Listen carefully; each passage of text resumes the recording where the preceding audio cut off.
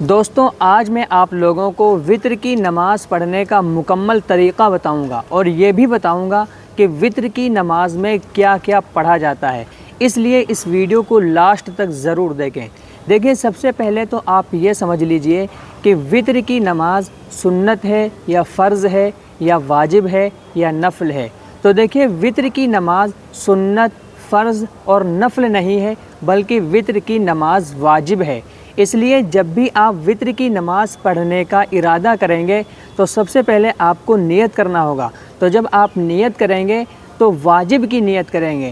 دیکھیے نیت نام ہے اصل دل کے ارادے کا، اس لیے جب بھی آپ وطر کی نماز پڑھنے کی نیت کریں تو آپ اپنے دل میں یہ ارادہ کر لیں کہ میں 3 رکعت نماز وطر واجب اللہ کی رضا کے لیے پڑھنے جا رہا ہوں۔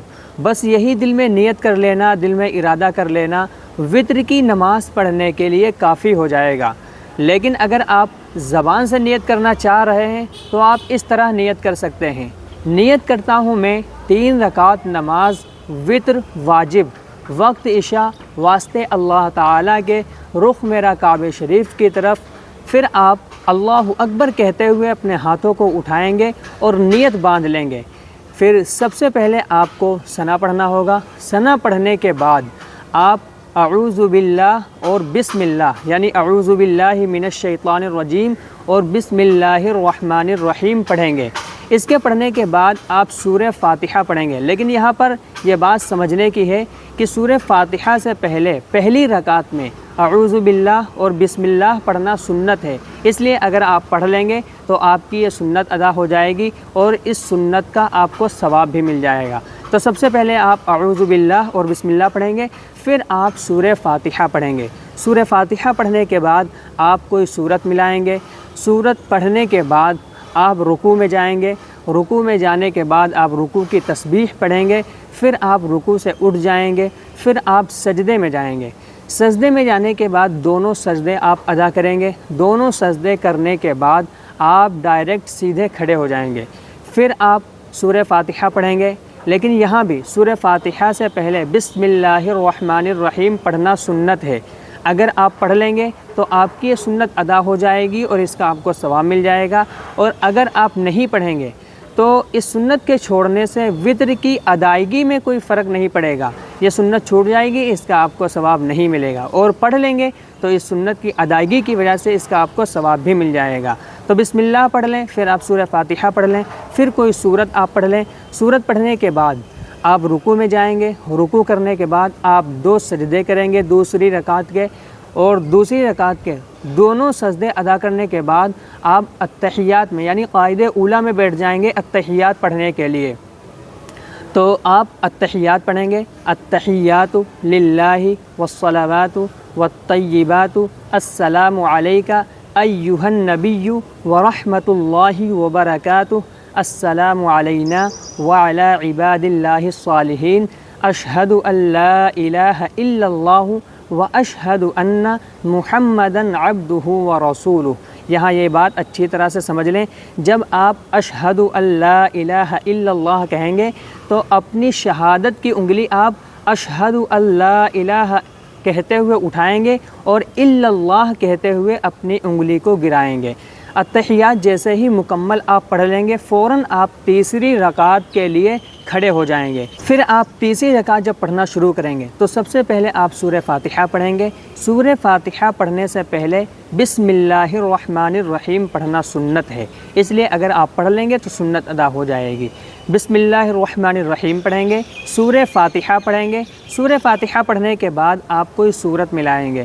پھر سورت ملانے کے بعد جیسے ہی آپ سورت مکمل کریں گے فوراً اللہ اکبر کی تکبیر کہتے ہوئے اپنے دونوں ہاتھوں کو اٹھائیں گے، پھر آپ نیت باندھ لیں گے۔ نیت باندھنے کے بعد آپ دعائے قنوت پڑھیں گے، یعنی اللہم انا نستعینک ونستغفرک ونؤمن بک ونتوکل علیک ونثنی علیک الخیر ونشکرک ولا نکفرک ونخلع ونترک من یفجرک اللہم ایاک نعبد وَلَكَ نُصَلِّي وَنَسْجُدُ وَإِلَيْكَ نَسْعَى وَنَحْفِدُ وَنَرْجُو رَحْمَتَكَ وَنَخْشَى عَذَابَكَ إِنَّ عَذَابَكَ بِالْكُفَّارِ مُلْحِقٌ۔